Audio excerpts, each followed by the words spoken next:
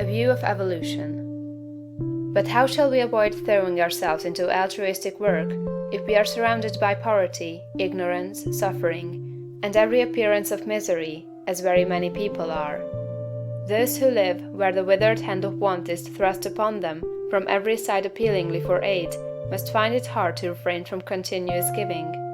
Again, there are social and other irregularities, injustices done to the weak, which fire generous souls with an almost irresistible desire to set things right.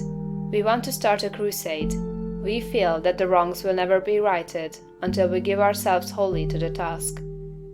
In all this, we must fall back upon the point of view. We must remember that this is not a bad world, but a good world in the process of becoming. Beyond all doubt, there was a time when there was no life upon this earth. The testimony of geology to the fact that the globe was once a bowl of burning gas and molten rock, clothed about with boiling vapors, is indisputable, and we do not know how life could have existed under such conditions. That seems impossible. Geology tells us that later on a crust formed, the globe cooled and hardened, the vapors condensed and became mist or fell in rain. The cooled surface crumbled into soil, moisture accumulated, ponds and seas were gathered together, and at last somewhere in the water or on the land appeared something that was alive. It is reasonable to suppose that this first life was in single-celled organisms, but behind these cells was the insistent urge of spirit, the great one life seeking expression. And soon organisms, having too much life to express themselves with one cell, had two cells and then many, and still more life was poured into them.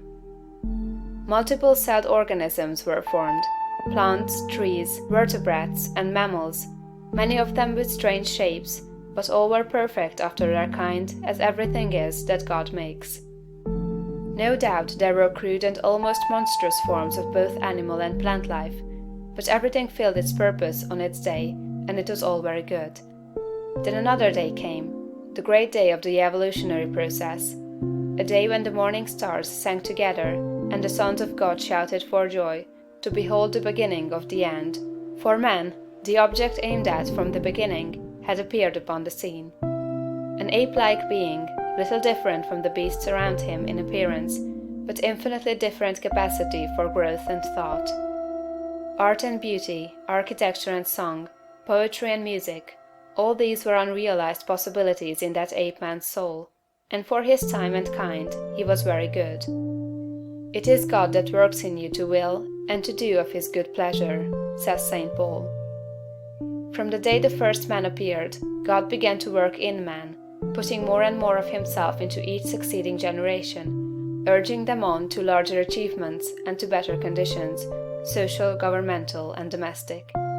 Those who, looking back into ancient history, see the awful conditions which existed, the barbarities, idolatries, and sufferings, and reading about God in connection with these things, are disposed to feel that he was cruel and unjust to man, should pause and think.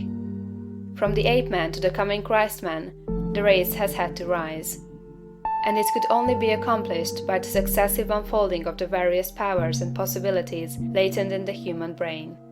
God desired to express himself, to live in form, and not only that, but to live in a form through which he could express himself on the highest moral and spiritual plane. God wanted to evolve a form in which he could live as a God and manifest himself as a God. This was the aim of the evolutionary force. The ages of warfare, bloodshed, suffering, injustice, and cruelty were tempered in many ways with love and justice as time advanced. And this was developing the brain of man to a point where it should be capable of giving full expression to the love and justice of God. The end is not yet.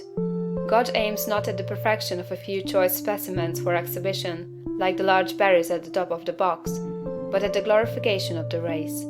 The time will come when the kingdom of God shall be established on earth. The time foreseen by the dreamer of the Isle of Patmos, when there shall be no crying, neither shall there be any more pain, for the former things are all passed away, and there shall be no night there. End of chapter 19.